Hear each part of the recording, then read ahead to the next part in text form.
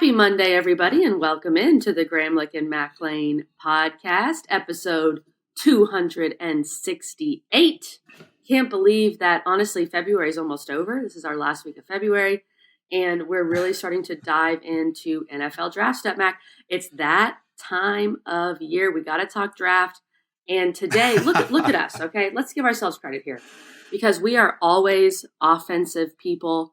We are so offensive-minded. It's just how we're built. Yeah. But we are starting with the defensive prospects today because the ACC's defensive prospects, honestly, are just kind of at a different level than the offensive prospects this year for whatever reason. So I'm just going to give us credit there, Matt.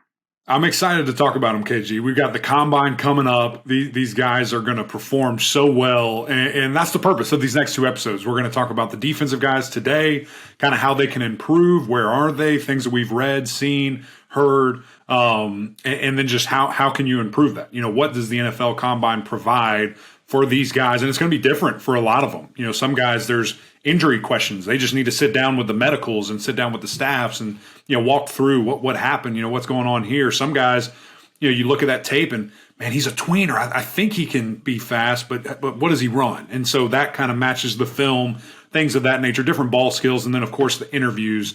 I think there's a large majority of these young men that once they just sit down with a GM, with a head coach, with other coaches, they're just going to fall in love with him, be like, man, this is a guy that we want. This is a guy that we want to draft. And that just goes to show you how important these, you know, next couple of days are. It's like a job fair. Like, you're going around, you're doing your rounds, you're meeting people, you're talking, doing all these things. And, you know, it's going to be fun to watch over the next couple of days how these guys perform. A job fair. Right. I like that, Mac. It really is. I mean, you're testing all these different things to see where you rank, and you're trying to impress, and you're trying to put on your best suit, or for them, put on your best underwear, because it's the Underwear Olympics. But let's look at some of these day one guys, at least projected right now. There's a lot of time left before the NFL draft, about 2 months. But we've got 5 guys that we've really seen in the first round at different spots. Interestingly enough, 3 of them are Clemson guys, and they all play on the defensive line except for Trenton Simpson. But, of course, Trenton Simpson can do everything. So let's start with Myles Murphy. We've seen him, the DN from Clemson, 6'5", 275 pounds. We've seen him 6th, 8th, 5th, 6th overall. It seems like the consensus at this point, Mac, is a top 10 pick. Yeah. He is an athletic freak. He's got super long arms, good power in his hands. It's the kind of size you want with a guy coming off the edge. I've seen a lot of people praising his NFL caliber spin move. The thing with Myles Murphy, and I'm curious how you feel about this, Mac, perhaps a little bit of a lack of production, maybe just a lack of numbers that blow you away. It felt like at times maybe he got lost on the field and you didn't notice him as much at Clemson, but he does come from D-line U in many respects. So what are your overall thoughts on Myles Murphy?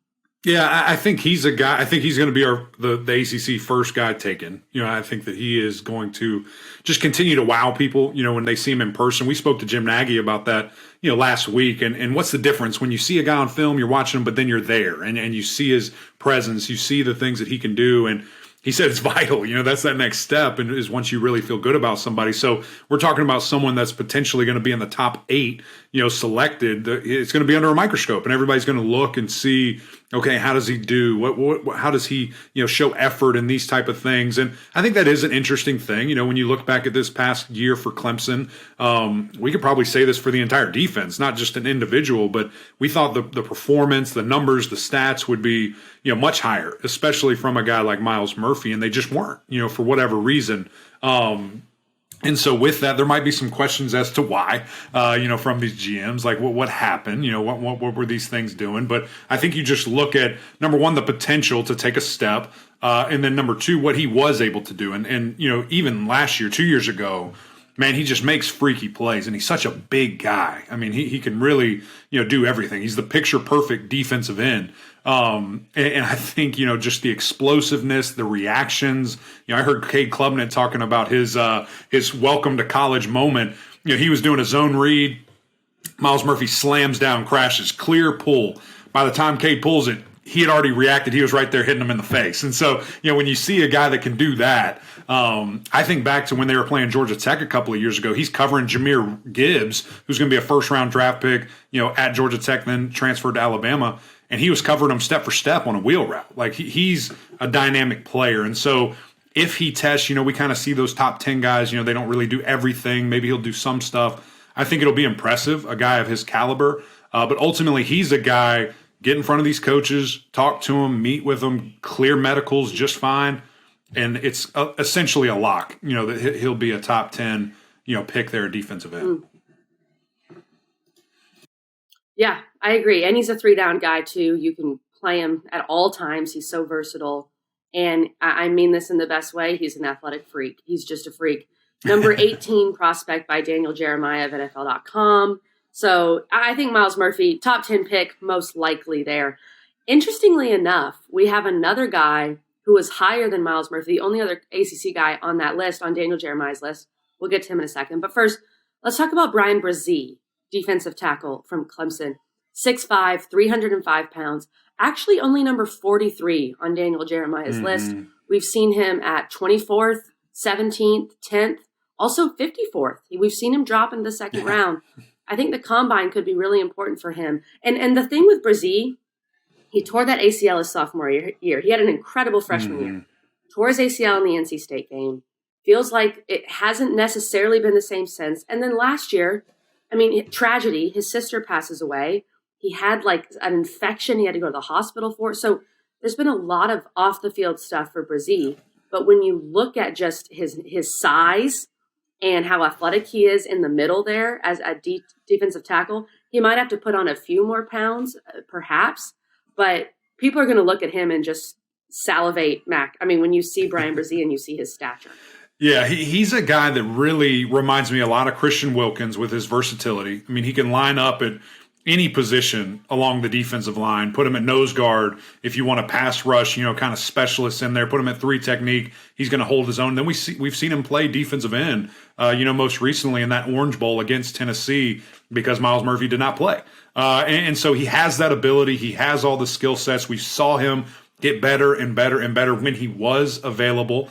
So I think that's going to be the biggest thing for him. Just, when you look at the snaps he played, when you look at the availability, it's a little bit lower than some of these other prospects that are going to go in the first round just because of injury and tragedy, like you said there. So the longevity piece, the durability piece will be in question. It's natural. Anytime you're making a multi-million-dollar investment, that's going to come up. So the medicals are very important, for him. And then seeing the videos that I have that, he and his camp are putting out from training, he looks so explosive. He's so big and strong and quick. I think people are going to fall in love with him. I hope that he's a guy because I think he will test so well. And I think there is that little bit of a tweener of how much higher could you climb. I think the combine could be really good for him if he does everything just to show people his abilities there. So I'll be very interested to see really with all these top guys, how much do they do? Because we're in such a world now where people are sitting out of things. How much does he do? I think he should do everything. He's obviously going to interview really, really well. And, just see how high can he climb? Can he reach that top 10, which we've seen him as projected as high as 6 throughout the season. Now things have kind of pulled back a little bit. In the past, Matt, correct me if I'm wrong, but I feel like after his freshman year, some people had him as the number 1 overall pick, right, projected 2 years down the road. So people have had their eye on Bryan Bresee for a very long time. And, some of that is with the ACL. He had a little less wear and tear on him in college. He only played 3 years, but really only played 2, if you think about it. So that could be a positive for Bryan Bresee. And I think you're going to look at him, you're going to see the Clemson pedigree. When you look at what defensive tackles from Clemson are doing in the league right now with Christian Wilkins, Dexter Lawrence, DJ Reader, all these dudes, the pedigree is going to help Bresee, and I think it helps Murphy. And you bring up that point, Mac. Myles Murphy did opt out of the Orange Bowl. Bryan Bresee didn't. Yeah. Jim Nagy told us it doesn't really matter anymore, but that may be something they look at too. To me, it matters a little bit. I think kind of what Jim said is right. I think it's more of a positive thing than for a negative for the guy that did opt out. I think it just shows that this guy's going to do anything for his team. And when we get down to a moment of playing this game that's very violent and warrior mentality, who's a guy that maybe has that a little bit more? It's probably the guys that play no matter what. So I do think that will be a positive for Bryan. I don't know how much of a negative it would actually be for Myles. Word. Such a measured take there from you, Eric Backlane. I love it. Okay, the guy that was ranked higher than Myles Murphy on Daniel Jeremiah's top 50 prospect list, the guy that is taking the draft process by storm, you heard it from Jim Nagy back on our Senior Bowl episode. If you missed that, go check it out last week, is Keion White, the defensive end from Georgia Tech, 6'5", 280 pounds, number 8 prospect on Daniel Jeremiah's prospect list.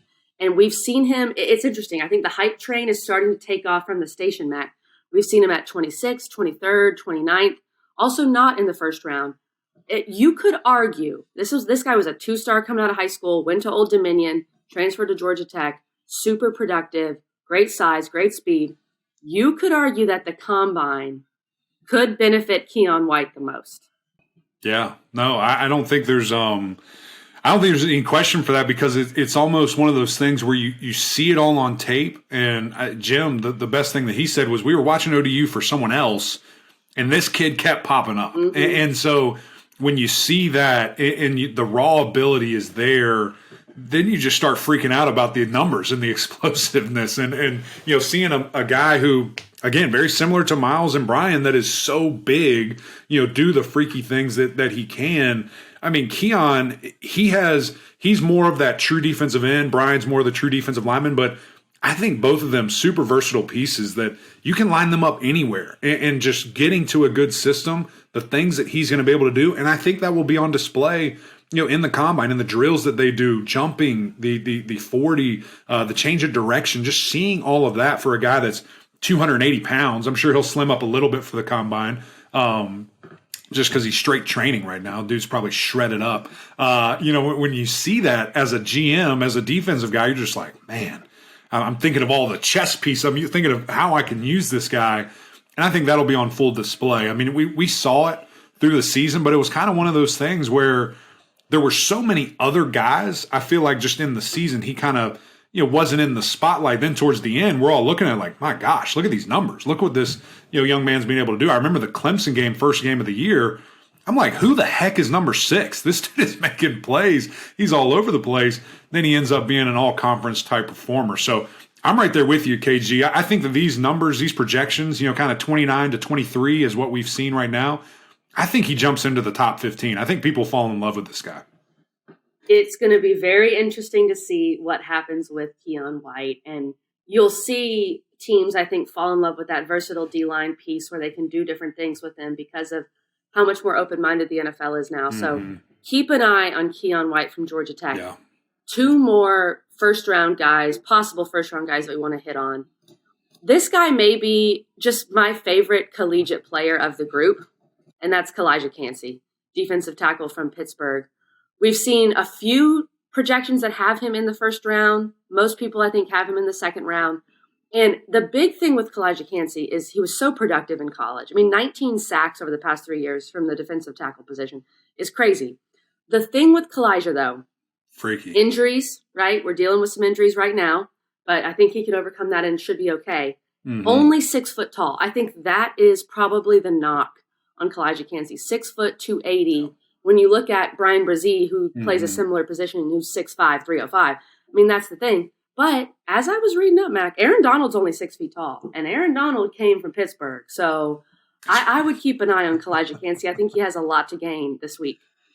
I'm right there with you. I mean, Calijah is one of my all-time favorites to cover, to see him, the growth, that there were guys in front of him. He kind of had to wait his turn, but was kind of that guy. And I remember, a couple of the Pitt guys, when we first started, they said, hey, this is the next guy right here. Number 8, he's a freak. He's going to do things necessary. Jalen Twyman was the guy. If you remember that name, defensive lineman for Pitt a couple of years ago, he said, watch out for this dude, and really put me on the map to start watching him. I see it. I'm like, ooh, there's some twitch there. There's some explosiveness, from that position there that can be really, really good. I think medicals is the name of the game. Production's there, strength's there. We've seen all that. He just has to clear all of that. And quite honestly, KG, I think that he's going to be the steal of this draft. I don't think there's any doubt that he is a top 15, maybe top 10 talent. But because of the recent injury, because of the size question marks that you just said right there, I mean, common sense. Were you going to take a 6'6", 300-pound guy, or are you going to take a 6 foot 280? Like, it's just human nature to take the bigger human there. But he's going to be a guy that works his tail off, that just grinds like crazy. And he's a smart football player. Like, he understands pass blocking. He understands protections and how to attack it. We've seen that time and time again with him. He's a guy that, he has very reactive moves. It's not just a one-trick pony where he's going to do a rip, and then if the guy has an answer, I'm blocked, he's going to spin, he's going to club, he's going to do something else in response to what you show him. So I think, unless, again, he goes top 15, I think he's going to be the steal for the ACC, and whoever gets him, man, they're going to fall in love with him. So the biggest thing for me in this combine, medicals, get everything cleared, and let's go to Mac, work. I think that's the line of the episode. It's human nature to take the bigger human. That is so true. That is the NFL draft summed up in many respects. Speaking of a big human, the final guy kind of in our first round group here is Trenton Simpson, outside linebacker from Clemson, 6'3", 240, 6% body fat is what I was reading. Number 30 on Daniel Jeremiah's top 50 prospects. I can relate, 6% body fat. And we've seen him in the first round in certain places, seen him in the second round. I cannot. Yeah, no, I can't currently relate to that. in my pregnant state, definitely not. But this is a guy who, it was interesting, Mac, with Trenton Simpson, because in 2021, you could argue 2021 was his best year. Last year regressed a little bit, just numbers-wise, had 6 sacks in 2021. Really good tackler, really good blitzer, great in man coverage. Clemson coaches say he runs a 4.3 40. I think the 40 at the combine is going to be interesting for Trenton Simpson. Trenton Simpson's also on that freak list. I think he also has a lot to gain from the combine. Yeah, I think that he and Keion White are kind of the two guys that can make some real moves here. Because with Trenton, it's all about those numbers. It's all about how he's going to test. If he runs a 4.3, he's going to be a top 15 guy. I mean, he's a weapon. And I think when you look at, the things you mentioned there, the numbers, the production, Clemson, I don't know whose choice it was. If it was new defensive scheme, if it was his choice to move inside, it's just not what he does. He's not a middle linebacker. Get him on the edge, let him blitz, let him cover some guys out in space, maybe. But he's go get it. Go get the quarterback, go get the tackles for loss, make chaos happen. That's the type of player that he is, and man, is that needed in the NFL? Is that not such a specialty that, man, it makes you a lot of money? I think the one piece that, not super combine related, but to take him to the next level where you're talking about a Pro Bowl type caliber, not just a starter, not just a role player, whatever, to make a All-Pro, Pro Bowl type team, is when he gets to the quarterback, get that football out. Like, get us the ball back. And I think that's the next step in his kind of evolution here. And it's going to start at the combine, how fast he runs, the things that he can do, just an absolute weapon. We've compared him to, Isaiah Simmons back in the day for Clemson, but said he's more of the true linebacker defensive end. Isaiah was more of that DB, get in space, let him do crazy things. It's really similar with the kind of chess piece that he can be for a defense. Those are our first round guys, and honestly, the guys that we're probably keeping the closest eye on at the combine on the defense. Myles Murphy, Bryan Bresee, Keion White, Calijah Kancey, Trenton Simpson. So I would say you listeners as well, keep an eye on them. When we look at some of these day 2 guys, second and third round, Draft Network has a really high grade for Kei'Trel Clark, defensive back out of Louisville. We had him on the show over the season. He's a big cat guy, as we learned, which, might hurt him in this process. I'm not sure. He's 5'10", 179. It might hurt him, Matt. But I think the biggest question with Kei'Trel Clark is his size. When you compare him, I know he's a DB and not a safety, but you compare him to a Garrett Williams, who's 6'1", 189, a Jammie Robinson, who's 5'11", 194. Kei'Trel Clark is just a smaller guy. And so can he be as physical as he needs to be in the NFL? It's kind of hard to prove that at the combine, but I think that's the biggest question with Kei'Trel Clark. Yeah, and I'm glad you brought that up, KG, because I think that he is the best corner in this class at reading and being aggressive, those quick screens, those quick outs, those quick hitting plays. He trusts his studying. I mean, if you look at his tape and you see the things that he highlights the most, he's reading it. I mean, against Clemson, against Wake Forest, against all these teams that have really good offensive personnel historically, he's blowing it up. And I mean, a one-man wrecking crew for a guy of that size, it's so instinctual because a lot of the time, if you're a receiver out there on an island, you think you have the advantage because you know the play. If Kei'Trel sees a guy moving in motion or sees, because the DB's eyes go straight to the quarterback, receiver, quarterback, if they see someone swinging out or see that quarterback start to rip it, he's going to trigger so fast. And so that's what he's done time and time again. But I think the pieces that maybe show and complement that are the 40-yard dash, are the broad jump, the vertical jump, just to see, again, those explosive things. I know I've said that 100 times in here, but he's a type of guy that I think the interview process, I think watching some film with him, seeing how his mind works, that's what's going to take him to the next step. And, he's got that second round grade. Can he sneak into the back end of the first round there? Will be fascinating to see. He's a guy that I just think people are going to, again, fall in love with because of his attitude, because of his kind of cerebral part of the game that matches up the physicality that he has. I really liked Kei'Trel Clark when we interviewed him, and I think you're right on that. When we talk about the cerebral side, KJ Henry comes to mind, 6'4", 247-pound defensive end from Clemson. Yeah. Probably a day two guy. That's what Jim Nagy was telling us as well. The leadership piece, the intangible piece, he's going to blow you away in an interview. And he's got good size. I think some of it, the question mark might be explosiveness and kind of some of the freak factor that you see with Myles Murphy, for example. But KJ Henry, he could be a guy in the league for a long time, and I think could do some good things at the combine.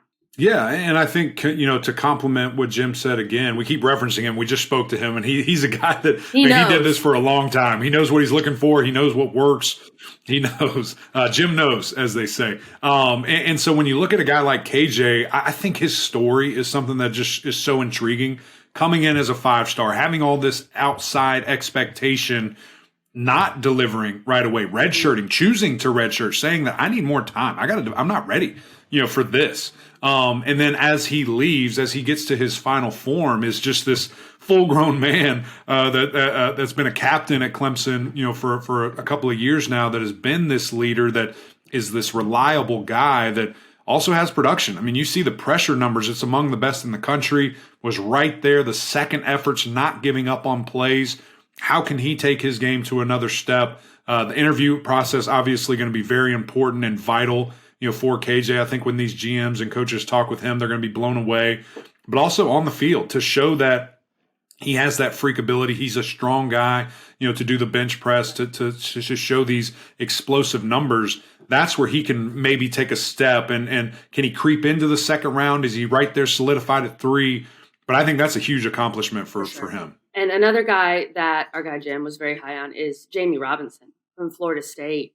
Safety, 5'11", 194 pounds, has good size, really physical. Jim kept describing him as a football player, and he really impressed at the Senior Bowl, and that's huge. We've seen the Senior Bowl really catapult guys into a higher round than maybe they were projected.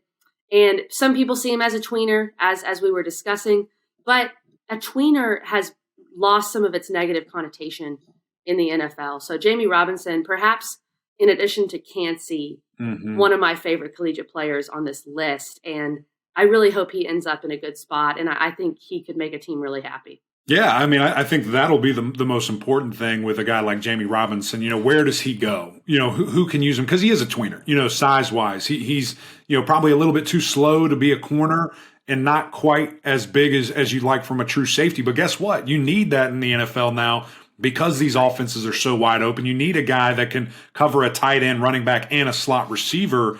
And I think he's that perfectly. If he can be kind of that, nickel safety, a safety that comes down in the box, that's physical enough to, tackle in space. He doesn't shy away from contact at all, but maybe not a guy that has to cover wide receiver 1. That's the type of guy he is. I think he can really help himself, with fast numbers, really running at a high speed there and, showing off his explosiveness. But as you said, at the end of the day, he's a football player.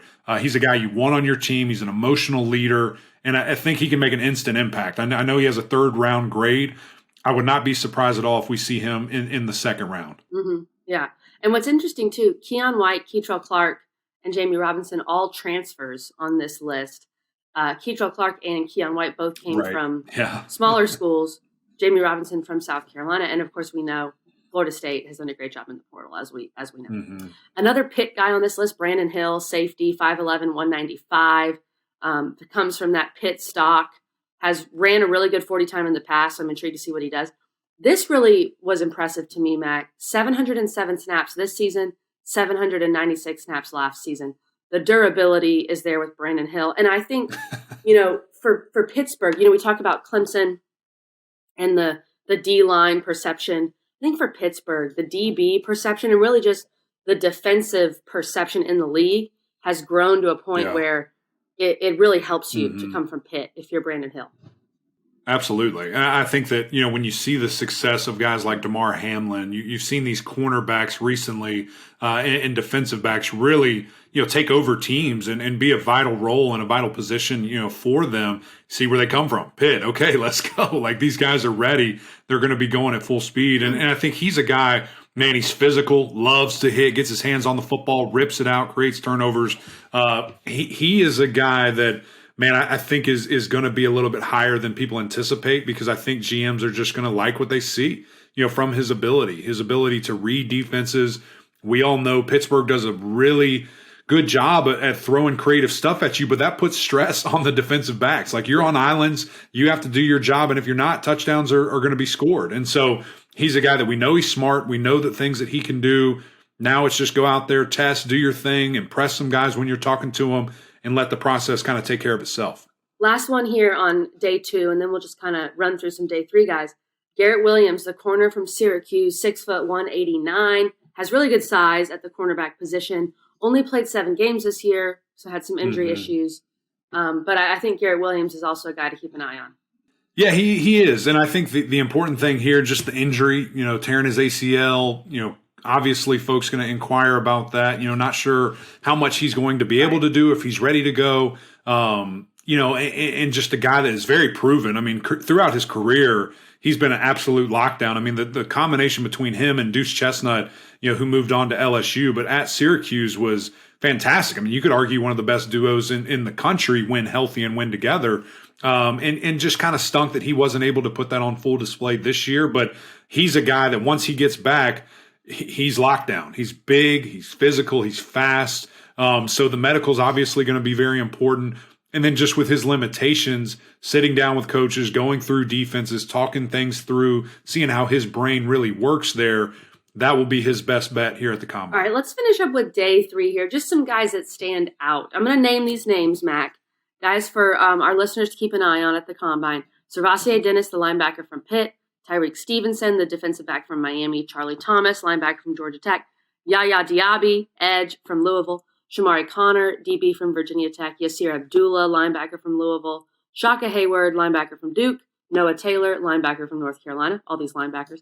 Isaiah Moore, linebacker from NC State. Habakkuk Baldonado, DN from Pitt. Anthony Johnson, the corner from Virginia.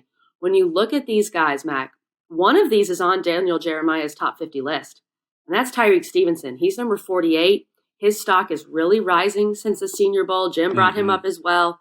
Very physical. His tape is a little inconsistent. That's been, I think, the main issue for Tyreek Stevenson. But when I look at this list of the possible third day guys, I think Tyreek Stevenson could show up to the Combine and make himself some cash money, Mac. Yeah, he's a guy that I think what you said there is the biggest, I guess, critique that he's going to face, and that's just the inconsistency. And even, showed that in practice at the Senior Bowl. Some of the clips that I would watch where, there's one play, man, he's locked down. He's right there in the guy's grill, makes a pick. The next play, his feet get tangled up. He's getting, housed on. And so, it's that hit or miss. It's can you take the bad knowing that the good is really good? And can you make him or help him, get more consistent, get better, understand his assignments and not get beat technically, maybe that is lining up, all these different things. But I think of that list, he's probably going to be the quickest riser, the highest pick. And kind of looking at the first hand of these guys, some guys that do have draft grades, I think that a guy like Yasir Abdullah is going to be so niche-y but fit in. Like he is that edge. He's that, outside linebacker rushing type guy. If he can get to a 3-4 defense where he can just be that hybrid, maybe going, to coverage a little bit, but at the end of the day, you want him rushing the passer. Like that's what he does best. Kind of similar thing with Yaya. He's not as long or as tall as Yasir, but a powerhouse guy who really, committed and changed his body in his senior year there. So, a couple of Louisville guys that, I think will do really well. Charlie Thomas from Georgia Tech, just a football player. I mean, a guy that, man, he has a knack for the football. He should run and test pretty well at this combine. And I think, again, you'll see from him cerebrally how he can see things, his attention to detail, triggering when he needs to trigger, not having false steps. Really impressive to see all that. And then kind of the back half of these guys that maybe didn't receive things. Isaiah Moore, I mean, I don't see him blowing people out of the water with his numbers and his testing, just what I see on film. But he's a smart football player. He's a heck of a leader. And I think that if he can just get a chance, he can stick around in the NFL. And then a guy that is just confusing me. I don't know if, this site is updating. They need more film. They need more time because there's a million guys. I understand that. But I just think that, Haba from Pitt is going to shoot up boards. I have to think that he's a day 2 guy. And I know this senior year was, kind of riddled with injury and he wasn't at his best, but he's a freaky looking dude. I mean, he's rocked up, 6'5", 270 pounds, whatever it is. And just a really good player that still, I think his best football is very much far ahead of him. So if he can test well, if he can show those things, I think his combined film, probably his junior year, a little bit better than senior just because of availability. I think he's going to be a heck of a player. I kind of mentioned, Calijah being the steal of the draft. Another pick guy might be my second place here just because I think he might not go as high as he wanted or maybe we thought at the beginning of the season because he didn't just quite have the senior year that we all wanted. Love that with Haba. We had him on. If you missed our little video we did on him, go check it out because he was Zion and kids in high school. You got to go see it. You'll understand. Go watch it. Also from Pitt, Servassier Dennis. He's a guy too that I think could end up being drafted day 3 and make an impact. But yeah, I'm very intrigued to see Isaiah Moore is, gosh, I mean, a guy we've had on. If he sits down with a team, they're going to be blown away by him. Mm-hmm. There's no doubt, and that could possibly get him into a 6th or 7th round pick. But Tyreek Stevenson really intrigues me. So that's your primer here on the defense for the NFL Combine with the ACC guys. So as you're watching the Underwear Olympics, make sure you listen to this first. By the way, if you're listening, we're already at the end of the episode, so you probably already listened. I don't know why I said that. But offensive guys, Mac, a little more of our bread and butter coming on Wednesday. So make sure you guys stay tuned for that episode as well. Give me before we get out of here, KG, give me who do you think performs the best, just number-wise? Who blows you away? It doesn't have to be the fastest, but maybe of their size, they're fast. Who wins the Underwear Olympics for the defense in the ACC here? Who's your guy? Keion White and Trenton Simpson. I think those 2 guys are going to really impress at the Underwear Olympics and help solidify themselves as first-rounders. Yeah. I'm going to go with Kei'Trel. I think that he's going to run really fast. I think that he's going to be ready. And then I'm going to go with Bryan Bresee. I think Brian's going to show off. I really do. These videos I've seen of him, I don't know if they're altered. I don't know if anybody's cheating, but he looks twitched up. He looks really good. And I think those are going to be my 2 guys. I might lead Brian. Brian might be my Underwear Olympics winner. Twitched up. It's human nature to draft big humans, and old boy looks twitched up. These are the gems you get from Eric McLean. Those are the zingers. That's it from us, guys. Thank you for tuning in. Defense is done. We've got offense on Wednesday. Cannot wait to break those guys down. We've got some twitched up dudes over there too that they're not the largest human beings. So it kind of goes against my deal there, but excited to talk about them. Excited to go through the offense on Wednesday. But thank you guys for tuning in. If you haven't already, we need you to go over to YouTube. If you're not here watching us, what are you doing? Come on, get in the game. Hit that subscribe button. We'd greatly appreciate that. And also the OGs over on Apple Podcasts. Rate, review, subscribe. Always fun to hear from you guys over there. But until next time, we'll see you.